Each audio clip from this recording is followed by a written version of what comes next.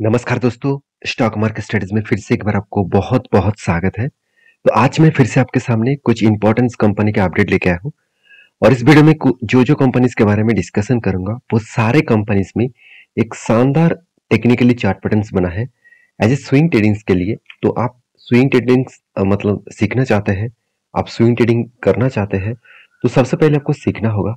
तो सीखने के लिए इस वीडियो बहुत इंपॉर्टेंट होने वाला है, क्योंकि मैं सारे पॉइंट्स में आपके साथ एज ए एजुकेशन पर्पस में शेयर करूंगा और आप सारे चीजों को सीख कर समझ कर काम कर सकते हैं। तो चलो वीडियो को शुरू करते हैं। उससे पहले चैनल को सब्सक्राइब नहीं किया तो प्लीज सबसे पहले सब्सक्राइब कर लीजिए, क्योंकि इस तरीके से इन्फॉर्मेशन और कंटेंट आपको कंटिन्यूसली पाना है तो मेरे साथ आपको जुड़ना पड़ेगा। तो जाकर सब्सक्राइब करिए। उसके साथ साथ आप टेलीग्राम को भी ज्वाइन कर सकते हैं, जहाँ पे मैं पहले से ही सब कुछ अपडेट आपके साथ शेयर करता हूँ। तो सबसे पहले वो ज्वाइन करिए। तो चलो देख लेते हैं कौन सा कंपनी है इस वीडियो के अंदर। सबसे पहले जो कंपनीज है जिसके बारे में बात करूं उसका नाम है सीडीएसएल। देखिए सीडीएसएल आप सभी जानते हैं, सेंट्रल डिपोजिटरी सर्विसेज लिमिटेड। देखिए दोनों ही डिपोजिटरी फर्म है, एक है सीडीएसएल और दूसरा है एनएसडीएल। तो सीडीएसएल और एनएसडीएल दोनों ही देखा जाए तो डिपोजिटरी फर्म है। अभी तक मार्केट में एनएसडीएल लिस्टिंग नहीं है, अभी सिर्फ सीडीएसएल लिस्टिंग है। और ज्यादा से ज्यादा कंपनी जो उसका डीमैट अकाउंट को मतलब प्रोवाइड कर रहा है वो है सीडीएसएल। मतलब आप जीरोधा में अकाउंट ओपन करेंगे, आप एंजल वन में अकाउंट ओपन करेंगे, तो वो डायरेक्टली आपको आपका जो डीमैट में जो शेयर ट्रांसफर होगा वो डायरेक्टली सीडीएसएल के पास चला जाएगा। तो इसका मतलब जीरोधा, एंजल वन, ये सारे कंपनी के साथ डील करके रखे हैं सीडीएसएल। तो सीडीएसएल का किस किस तरीके से फायदा होता है? देखिए, मान के चलिए आज आपने एक शेयर किया, कोई भी एक कंपनी का शेयर किया, खरीदारी किए, और वो शेयर आपने क्या किया, कल तक नहीं बेचा, तो वो शेयर कहाँ पे चला जाएगा? आपका डीमैट अकाउंट में। और आपका डीमैट अकाउंट, आप सोच रहे हैं कि मैं जिस कंपनी के ऊपर अकाउंट ओपन करके रखा हूँ, मान के चलिए जीरोधा में अकाउंट ओपन करके रखे हैं, तो जीरोधा के पास वो शेयर नहीं रहेगा। पहले जीरोधा के पास रहता था।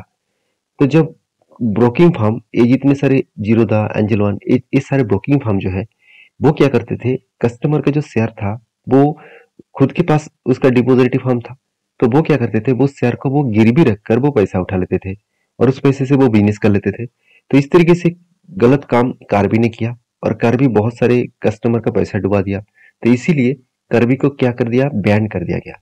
और तब से लेकर सेबी ने यही किया कि कोई भी शेयर कोई भी ब्रोकिंग फर्म के पास नहीं रहेगा, वो डायरेक्टली पैसा किसके पास चला जाएगा, डीमेट अकाउंट के, मतलब डीमेट अकाउंट मतलब सीडीएसएल के पास चला जाएगा, नहीं तो एनएसडीएल के पास चला जाएगा। और इसी के चलते हुए डायरेक्टली जब आप कोई शेयर को बेचेंगे, जब बाय करेंगे कोई भी कमीशन नहीं देना होगा, जब सेल करेंगे तब एक कमीशन आपको सीडीएसएल को भी देना पड़ेगा। तो इसी तरीके से सीडीएसएल काम करते हैं। तो सोचिए, आज इंडिया में लोग 2.5% लोग स्टॉक मार्केट में निवेश कर रहे हैं। तो जब और भी लोग स्टॉक मार्केट में निवेश करना स्टार्ट कर देंगे तो डायरेक्टली कितना फायदा होगा इस कंपनी को, एक बार सोच लीजिए। और सीटीएसएल के तो सोना पे सुहागा भी हो गया कि सेबी ने एक नया रूल्स लेके आ रहा है। वो नया रूल्स क्या है कि पहले तो एक दिन शेयर खरीदने के बाद सेकेंड दिन में आपका डीमेट अकाउंट में ट्रांसफर होता था। अभी मतलब सेबी ने नया रूल्स स्टार्ट करेंगे, वो है 1 घंटा के बाद। मतलब मान के चलिए आज ही आपने ट्रेड किया और 1 घंटा आपके आपके पोर्टफोलियो में है, मत सॉरी, आपके मतलब ब्रोकिंग फर्म में है, मतलब मान के चलिए जीरो में आपका अकाउंट है और 1 घंटा आपने होल्ड किया किसी शेयर को, तो 1 घंटा के बाद वो शेयर डीमेट अकाउंट में डायरेक्ट ट्रांसफर हो जाएगा। तो जब सेल करेंगे तो आपको भी डीमेट डीमेट का जो चार्जेस है उसको देना पड़ेगा। तो सोचिए, तो डायरेक्टली सीटीसीएल का ही बहुत फायदा होगा। तो मैं इतने सारे चीज वो इसीलिए आपके साथ शेयर किया हूँ, क्योंकि आपको भी पता चले कि इस कंपनी में कितना स्टेबिलिटी और कितना स्ट्रेंथ है। तो मार्केट कैप देखिए 14,000 करोड़, पी रेशियो 48 है, आरओसी आरओई बेस्ड है, इनकम भी बेस्ड है, कर्जा जीरो है, फ्री कैश फ्लो भी ठीक ठाक है। तो सारे पैरामीटर्स पॉजिटिव है। और सबसे बड़ी बात है कंपनी का बुक वैल्यू। कंपनी का बुक वैल्यू के ऊपर देखा जाए तो कंपनी का बुक वैल्यू के बहुत ऊपर कंपनी ट्रेड कर रहा है। और उसके साथ साथ प्राइस टू बुक वैल्यू के हिसाब से देखा जाए तो कंपनी 11 टाइम्स ऊपर कंपनी ट्रेड कर रहा है। तो ये थोड़ा सा वीकनेस है और इस तरीके से चीज को वीकनेस माना जाता है। तो फिर भी कोई बात नहीं, इस तरीके से तो चलते रहते हैं। और दूसरी बात, कंपनी के जो क्वार्टरली जो रिजल्ट है वो आप देखेंगे, सेल्स लगातार बढ़ते चले गए और एक्सपेंस कंपनी कंट्रोल में रखे और उस हिसाब से कंटिन्यूसली कंपनी इनकम भी जनरेट किया। तो इस सारे पैरामीटर्स यही मेंशन करते हैं कि कंपनी की आगे बढ़ने के लिए कंपनी को पूरा का पूरा तैयार हो चुके हैं। तो बाकी देखिए, आप समझदार है, समझदारी से काम जरूर लेंगे कि कंपनी का सबसे जो मुझे बेस्ट पॉइंट लगा वो है कंपनी का रिजर्व। लगातार रिजर्व बढ़ते चले जा रहे हैं। जो 199 करोड़, ऑलमोस्ट 200 करोड़ के आसपास रिजर्व था, वो बढ़ के हो चुके हैं कितना, 1100 करोड़ के आसपास। तो रिजर्व अलग लेवल में यहाँ पे बढ़ चुके हैं। उस हिसाब से कंपनी का जो फिक्स एसेट है वो भी धीरे धीरे करके बढ़ते चले गए। और उसके साथ साथ कंपनी इस बार सबसे ज्यादा CWIP में पैसा लगा के रखे। सबसे ज्यादा मतलब आज तक इतने पैसे CWIP में नहीं लगा के रखे हैं। CWIP होता क्या है? कैपिटल वर्किंग इन प्रोसेस, मतलब कुछ कैपिटल प्रोसेसिंग के हिसाब से काम कर रहा है। मतलब कुछ कैपिटल प्रोसेसिंग के ऊपर लगा के रखे है कंपनी। जो प्रोसेसिंग खत्म होने के बाद वो डायरेक्टली वो पैसा कहाँ पे ऐड हो जाएगा? फिक्स्ड एसेट में ऐड हो जाएगा। तो मतलब कंपनी का एज ए इन्वेस्टर के बारे में बात करूं तो देखिए, म्यूचुअल फंड ने खुद का स्टेक बढ़ा दिया, इंस्टीट्यूशन एफएस ने भी स्टेक को बढ़ा दिया और पब्लिक के पास तो पहले से ही होल्डिंग्स अच्छा खासा है और प्रोमोटर के पास भी अच्छा खासा होल्डिंग है। तो सारे पॉइंट को व्यू से देखा जाए तो कंपनी में अपकमिंग कुछ ईयर्स में अच्छा खासा ग्रोथ होने का चांसेस है। और रही बात इसका चार्ट पैटर्न्स का, तो मैंने आपको मेंशन किया यहाँ पे पैटर्न क्रिएट हुआ, एक शोल्डर कम हेड कम शोल्डर बना और उसके बाद ब्रेकआउट भी हुआ। मैंने आपको ये भी मेंशन किया, इस कैंडल ने ब्रेकआउट दिया और इस कैंडल ने कंफर्मेशन कर दिया। तो कंफर्मेशन होने के बाद यहाँ पे जब रिट्रेसमेंट हुआ तो इस लेवल में मैंने एंट्री ले चुका हूँ और जो टारगेट बन रहा है वो 1640 लेवल का टारगेट बन रहा है। और 1640 का अगर टारगेट बने तो 29% के आसपास टारगेट बन सकता है। तो इसके लिए जरूर आप स्टडी करिए, जरूर कंटिन्यू करिए। और नेक्स्ट जो कंपनी है जिसके बारे में बात करूं उसका नाम है उज्जीवन स्मॉल फाइनेंस बैंक। देखिए, उज्जीवन स्मॉल फाइनेंस बैंक एक छोटा सा बैंक है, फिर भी इस कंपनी जिस तरीके से धमाका किया, जिस लेवल में कंपनी लिस्टिंग हुए थे उसी लेवल में कंपनी आ चुके हैं, उसी के आसपास कंपनी आ चुके हैं। तो कंपनी अलग लेवल में खुद को रिप्रेजेंट किया। क्यों रिप्रेजेंट किया? क्योंकि कंपनी का परफॉर्मेंस बहुत शानदार हुआ और इसी के चलते हुए एक न्यूज भी अपडेट आया। इस न्यूज के माध्यम से दोनों कंपनी को फायदा हो सकते हैं। न्यूज क्या है आप सभी जानते हैं, Ujjivan financial services and Ujjivan small finance bank दोनों ही एक ही ग्रुप के कंपनी है और दोनों ही की काम सेम टू सेम है। उज्जीवन फाइनेंशियल सर्विसेज एक्चुअली एक NBFC है और उज्जीवन स्मॉल फाइनेंस बैंक ये एक बैंक है। तो दोनों कंपनीज अगर एक साथ जुड़ जाए तो HDFC HDFC और HDFC बैंक दोनों एक साथ जुड़कर काम कर रहा है, उसी तरीके से इस कंपनी भी काम कर सकते हैं। और इस रिपोर्ट आने के बाद दोनों कंपनीज के ऊपर एक मैसिव जंप देखने को मिला। तो क्या बताया जा रहा है? Ujjivan financial services reverse March with Ujjivan small finance bank, दोनों का मार्च करने का जो डील हो रहा था वो अभी रिवर्स हो चुके हैं। तो बाद में होगा क्या नहीं होगा वो तो बाद में पता चलेगा। फिलहाल के लिए जो दोनों का मार्च होने का जो डील था वो थोड़ा सा चेंजिंग किया गया, वो डील थोड़ा सा अभी टाइम लगेगा तो मार्च होने के लिए, और इसीलिए शायद कंपनी के ऊपर जो प्रेशराइज है वो थोड़ा सा कम हुआ है। अगर इस कंपनी की बात करूं तो उज्जीवन स्मॉल फाइनेंस बैंक का, तो आप देखेंगे कंपनी बहुत छोटा है, 10,000 करोड़ के आसपास, और कंपनी का पी रेशियो ठीक ठाक है, एकदम रिजनेबल में। ROC ROE बेस्ट है, ROE तो बेस्ट लेवल में है। प्रोमोटर के पास होल्डिंग्स भी है। देखिए, कंपनी का इनकम भी अच्छा खासा है और कंपनी का अच्छा खासा कर्जा भी उठाया। मैं आपको बहुत बार बोल चुका हूँ, जब कोई बैंक कर्जा उठा रहा है तो उसके पीछे आपको रीजन ढूंढना होगा। अगर रीजन कंपनी के खुद के पर्पस में कर्जा है तो गलत है, अगर कंपनी बिजनेस पर्पस में कर्जा लिया तो ठीक है। तो वो आपको कैसे पता चलेगा? उसके लिए आपको बोरिंग्स में जाना होगा और उसके बाद आपको देखना है long term borrowings, short term borrowings and other borings. इसमें इस तीनों में किसके किसके पास आपको पैसा दिखा रहा है। अगर आपको आदर्श बोरिंग्स में पैसा दिखा रहा है, मतलब कर्जा दिखा रहा है, तो इसका मतलब ठीक ठाक है, कंपनी उस पैसे को बिजनेस पर्पस में यूज कर रहा है।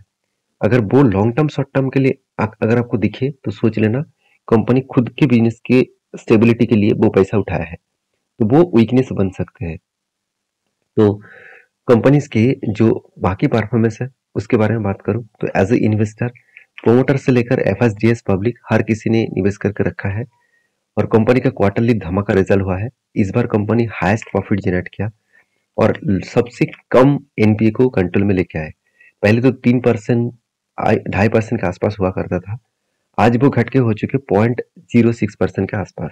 तो कंपनीज के ऊपर परफॉर्मेंस अच्छा खासा हो रहा है, जिसके चलते हुए कंपनी के ऊपर एक शानदार मोमेंटम तेजी देखने को मिला और शानदार तरीके से एक टारगेट भी अचीव हुआ। देखिए मैंने आपको लेवल कहाँ पे दिया था, एक शोल्डर कम हेड कम शोल्डर बना था, उसके बाद ब्रेकआउट भी हुआ, ब्रेकआउट कंफर्मेशन भी यहाँ पे हो चुके हैं, मतलब हो चुका था। और उसके बाद देखिए इस लेवल में एंट्री था 36.75 रुपीज में एंट्री था और जो टारगेट था 54 रुपीज के आसपास। तो इजीली टारगेट अचीव किया और जो टारगेट रेशियो में आपको रिटर्न मिला 58% के आसपास यहाँ पे रिटर्न मिला है। तो सोचिए कंपनी ने आपको कितने दिनों में रिटर्न दिया। अगर आप देखेंगे एंट्री लेवल से अगर मैं टारगेट तक देखूं तो एटलीस्ट आप देखा है तो 113 दिन, ऑलमोस्ट 4 मंथ्स के आसपास, 4 मंथ में 50% के ऊपर रिटर्न मिलना कोई कम है क्या? मेरे हिसाब से तो बेस्ट है। तो इसीलिए मैं आपको बार बार बोलता हूँ इस सारी चीजों को आप सीखिए, सारी चीजों को आप देखिए, देखकर काम करेंगे तो आपको हमेशा प्रॉफिट ही मिलेगा। और कितने सारे दोस्त इस जगह पे मैंने एंट्री लिया था, आप भी स्टडी करके इस जगह पे कुछ एंट्री लिया है तो मुझे जरूर कमेंट्स करके बताना। तो आपको कितना फायदा हुआ वो भी मुझे कमेंट्स करके बताना। नेक्स्ट जो कंपनी है जिसके बारे में बात करूं उसका नाम है एंजल वन। देखिए एंजल वन एक स्टॉक ब्रोकिंग कंपनी है। मैं पहले ही बोल चुका हूँ जितने सारे स्टॉक ब्रोकिंग कंपनी है उसमें हमेशा कंपटीशन तो रहते हैं, हमेशा कस्टमर को एक्वायर करना और कस्टमर फील्ड को बढ़ाना, तो इसके लिए वो हमेशा हर तरीके से डिस्काउंट देते हैं और नए नए स्टॉक ब्रोकिंग को रेफर करने के लिए बहुत सारे एक्स्ट्रा बेनिफिट देते हैं। तो मैं जरूर कहूंगा एंजल वन इंडिया के third largest stock broking company है और इस कंपनी की खासियत यही है कि कंपनी फर्स्ट टाइम सबसे सस्ते दामों में ब्रोकिंग मतलब ब्रोकरेज चार्जेस किया। 15 रुपीज पर लॉट में brokerage charges first time angel one ने ही किए हैं। तो एंजल वन के ऊपर मैं हमेशा एक पॉजिटिव फील करता हूँ क्योंकि इस कंपनी का मैनेजमेंट टीम बहुत स्ट्रांग है। देखिए कंपनी सिर्फ स्टॉक ब्रोकिंग के ऊपर नहीं है, आप देखेंगे तो यहाँ पे देख सकते हैं company primarily engage in the business of stock, commodity, currency broking, उसके साथ इंस्टीट्यूशनल ब्रोकिंग, उसके साथ प्रोवाइडिंग मार्जिन ट्रेडिंग फैसिलिटी। अभी मार्जिन ट्रेडिंग फैसिलिटी क्या होते हैं, चलो वो मैं आपको बताता हूँ क्योंकि मुझे एक दोस्तों ने कमेंट्स भी किए थे सर मार्जिन ट्रेडिंग फैसिलिटी क्या होते हैं। देखिए आप जो इंट्राडे में काम करते हैं तो उसमें आप मान के चलिए आपने 50,000 रुपया लेकर ट्रेड करने के लिए आ चुके हैं मार्केट में और आप चाहते हैं कि अगर मुझे ज़्यादा मार्जिन मिले, ज़्यादा मुझे एक्स्ट्रा पैसा मिले तो मैं ज़्यादा क्वांटिटी खरीदारी कर सकता हूँ। तो कंपनी क्या कर रहा है, कंपनी 4 टाइम्स यहाँ पे मार्जिन प्रोवाइड कर रहा है इंट्राडे में। इसके लिए कोई भी आपको चार्जेस और कोई भी आपको एक्स्ट्रा पैसा देना नहीं पड़ेगा। तो ये जो 4 टाइम्स आपको दिया, इसका मतलब आपका 50,000 कितना बन जाएगा, 2 लाख। तो 2 लाख रुपया आपका हो जाएगा और उस 2 लाख में आप ट्रेड कर सकते हैं। इसको कहा जाता है कि मतलब मार्जिन फैसिलिटीज। तो पहले देखिए यहाँ पे 4 टाइम्स था, पहले तो 30 टाइम्स तक यहाँ पे मार्जिन दिया जाता था। 30 टाइम्स सोचिए, जब मैंने काम स्टार्ट किया मार्केट में तब 30 टाइम्स तक यहाँ पे लेवरेज मिलता था। कि आपको 30 टाइम्स तक लेवरेज मिला और आप मुझे जरूर कमेंट्स करके बता सकते हैं। तो यहाँ पे इस कंपनी का परफॉर्मेंस जो है वो बेस्ट है क्योंकि कंपनी का हर पॉइंट ऑफ व्यू से देखा जाए तो पी रेशियो सस्ते में है और आरओई बेस्ट है और इनकम भी ठीक ठाक है। प्रोमोटर के पास होल्डिंग्स भी है, कर्जा एकदम नाक के बराबर है। और कंपनी के जो क्वार्टरली रिजल्ट है वहां पे देखेंगे सेल्स हर क्वार्टर्स को बीट किया, कुल सेल्स हर क्वार्टर्स को बीट किए और इसलिए कंपनी के एक्सपेंस भी कंट्रोल में है और इस हिसाब से देखें तो कंपनी का अच्छा खासा प्रॉफिट भी हुआ। पिछले साल में सिर्फ 180 करोड़ का प्रॉफिट था, इस बार वो बढ़ के हो चुके 221 करोड़ के आसपास। और उसी हिसाब से देखा तो कंपनी का जो प्रॉफिट एंड लॉस है वो साल भर में अच्छा खासा देखने को मिला। इस बार हाईएस्ट प्रॉफिट जनरेट किया और कंपनी इसीलिए कंपनी के sales growth, profit growth, return of equity सब कुछ बेस्ट लेवल में देखने को मिला। और उसी हिसाब से देखा तो स्टॉक के जो प्राइस है, सीजीआर का जो परसेंटेज है 36% के आसपास देखने को मिला। तो कंपनी के ऊपर मैं तो बहुत बुलिश हूँ, आपके क्या राय है जरूर कमेंट्स करके बताना। एज ए इन्वेस्टर, प्रोमोटर से लेकर एफएसडीएस पब्लिक हर कोई निवेश करना चाहते हैं और हर कोई खुद का होल्डिंग को बढ़ा भी चुका है। जैसे जैसे आप देखेंगे तो एफआईएस के बारे में, तो एफआईएस देखिए 4% का होल्डिंग्स था, वो बढ़ के हो चुके 17% तक। तो ये बिग एक पॉजिटिव पॉइंट्स आप जरूर बोल सकते हैं। और रही बात इस कंपनी के टेक्निकली चार्ट पैटर्न्स का, तो वो आप देखेंगे तो कंपनी के ऊपर एक शानदार तरीके से पैटर्न्स बना था। शोल्डर कम शोल्डर, उसके बाद हेड बना, फिर से 2 बार शोल्डर बना, ब्रेकआउट भी हुआ और टारगेट भी अचीव हो चुके हैं। तो देखिए मैंने आपको ये भी बताया कि फिर से एक एंटी लेवल्स बन सकते हैं। वो एंटी लेवल्स कहाँ पे बनेगा? वो एंटी लेवल्स बनेगा, एक बिग एंटी लेवल्स यहाँ पे बनने वाले हैं। एक कब बना, उसके बाद एक हैंडल बना। अभी मैं इंतजार कर रहा हूँ इस हैंडल को ब्रेकआउट करने का। जब ब्रेकआउट करेगा तो मैं एक बड़ा सा एंट्री लूंगा और बड़ा सा एक टारगेट रहेगा ऑलमोस्ट 50% के आसपास। तो आपके क्या राय है इस कंपनी के ऊपर, जरूर कमेंट्स करके बताना। और नेक्स्ट जो कंपनी है जिसके बारे में बात करूं, उसका नाम है focus lighting and fixture limited.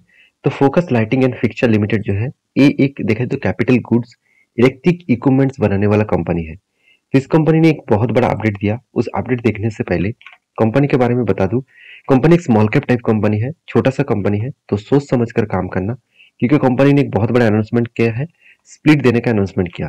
Company की जो फेस वैल्यू 10 रुपया है, वो अभी कितने बनने वाले हैं? 2 रुपये बनने वाले हैं।